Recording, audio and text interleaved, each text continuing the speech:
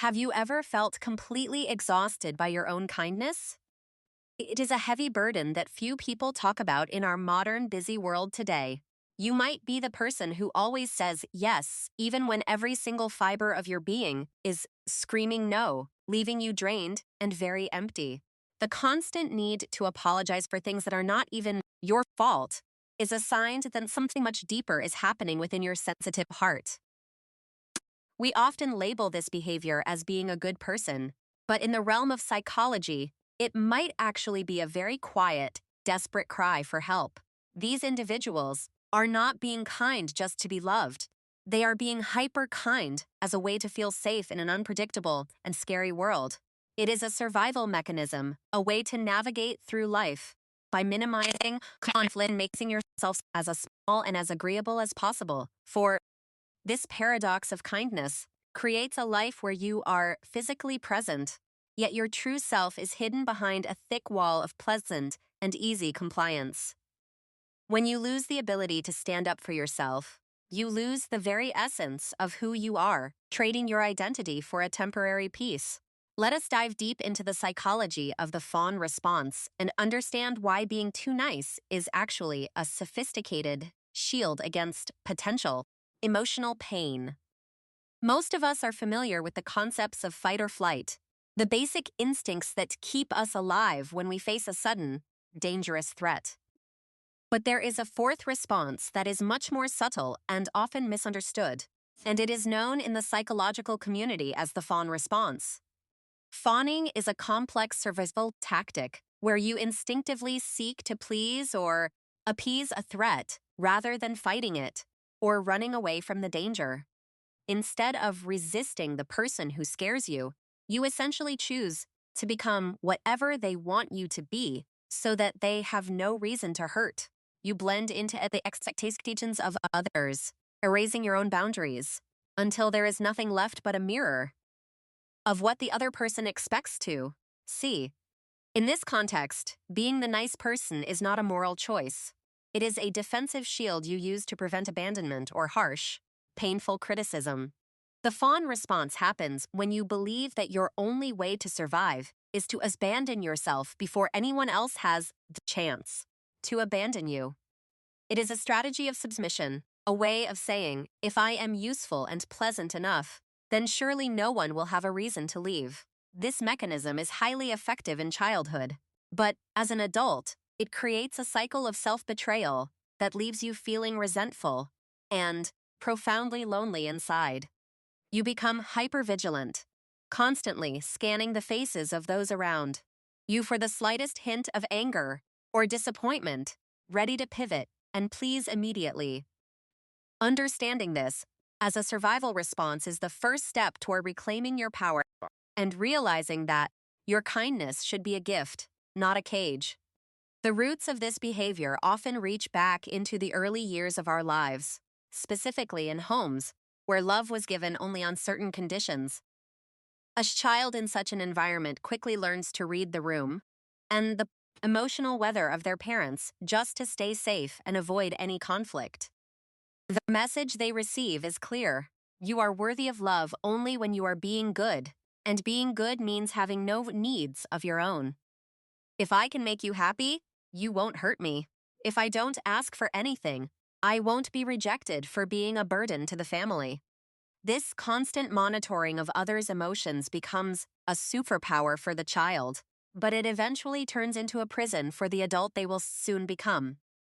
Over time, that child loses the ability to hear their own inner voice because they are so busy listening for the heavy footsteps of everyone else's needs.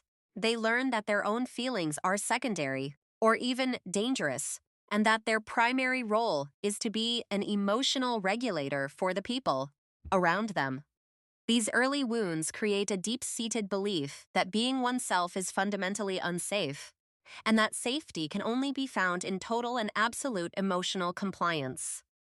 As they grow, this habit of fawning becomes their default setting, a way of interacting with every person they meet in their personal and professional life today. The trauma isn't just in what happened to them, but in what didn't happen. The chance to develop a stable, independent sense of self and personal worth. They become experts at anticipating what others want, often knowing what a person needs, before that person even knows it themselves, which is a heavy burden. This is why they feel so lost when they're finally alone. Without someone else's needs to fill, they don't know who they are supposed to be.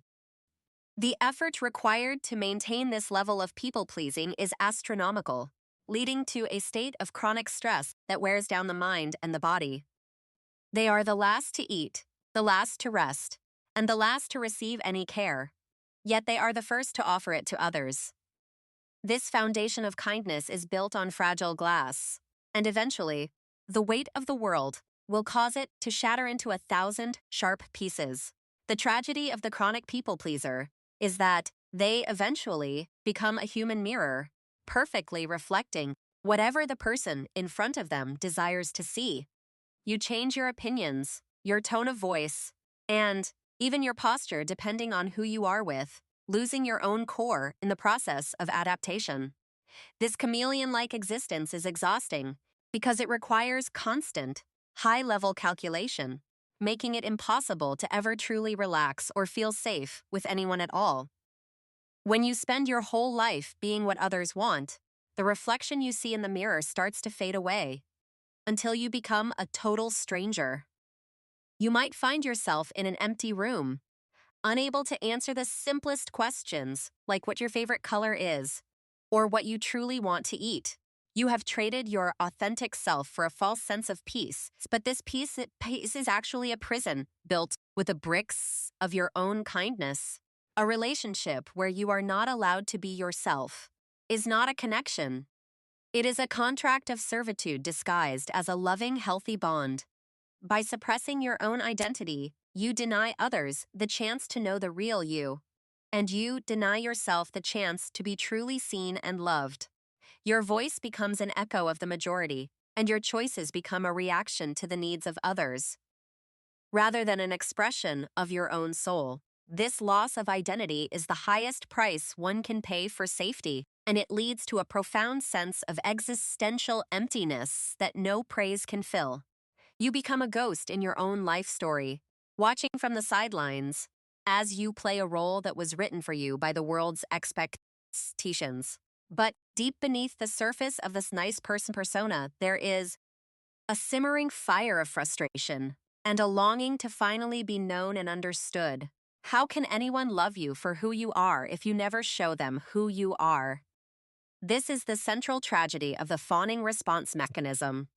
You are chasing a version of belonging that requires you to disappear, which is a contradiction that will eventually tear your heart apart from within. It is time to realize that the mask you wear to keep others happy is actually keeping you isolated in a way that no one can fix. The self-esteem of a person who fawns is like a bucket with a hole in the bottom. It can never be filled no matter how much water you pour. You rely entirely on the validation and praise of others to feel like you have any value at all. But that validation is always temporary and fleeting.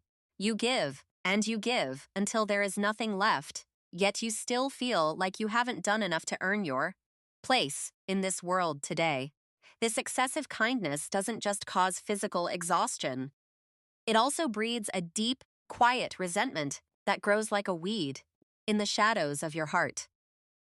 You start to feel angry that no one sees your sacrifice, forgetting that you have trained everyone around you, that it's turn to believe that you have no needs. The very thing you do to connect with others, pleasing them, actually keeps you profoundly disconnected, because they are only connecting with your mask, not your true self. You are bleeding yourself dry to keep others warm, and eventually, you will have nothing left to give, not even to the people who truly care. The cycle of fawning leads to burnout that goes beyond work. It is an emotional burnout that makes you want to disappear from society entirely. You cannot save everyone while you are drowning, and yet the fawn response tells you that your own life is less important than their comfort. This path leads to a life of quiet desperation, where you are surrounded by people but feel completely and utterly alone in your own internal world. The pain of not being seen is the ultimate consequence of being too nice. And it is a pain that can only be healed by truth. The journey toward healing begins with the brave act of putting down the shield you have carried for so many years of your long life. Healing is not about becoming a selfish or cold person. It is about learning the vital art of setting and maintaining your own healthy, firm boundaries. You must realize that you are not responsible for everyone's happiness, and that saying no is an act of self-respect, not an act of war. When you set boundaries, the people who were only there for your convenience will leave, making room for those who truly love the real you. Take 3 seconds before you say yes to anything. Ask yourself, am I doing this because I want to, or because I am afraid of conflict? Your needs are valid, your feelings matter, and your presence on this earth is not justified by how much you can do for other people every day. True kindness can only flourish when it comes from a place of strength and choice, rather than a place of fear and a need for survival. You deserve to be loved for the person you actually are, not for the utility you provide or the ways you make life easier for everyone else. Being kind to yourself is the very first step toward being authentically kind to others without losing your soul or in the process of helping them survive. Let go of the need to be the perfect person for everyone and embrace the beautiful, messy, and wonderful reality of being a human with your own limits. Your worth is inherent and fixed. It does not go up when you please someone, and it does not go down when you choose yourself for once. Lower your shield, take a deep breath, and step into the light of your own truth. You are enough exactly as you are right now. Remember that the most important relationship you will ever have is the one you have with yourself.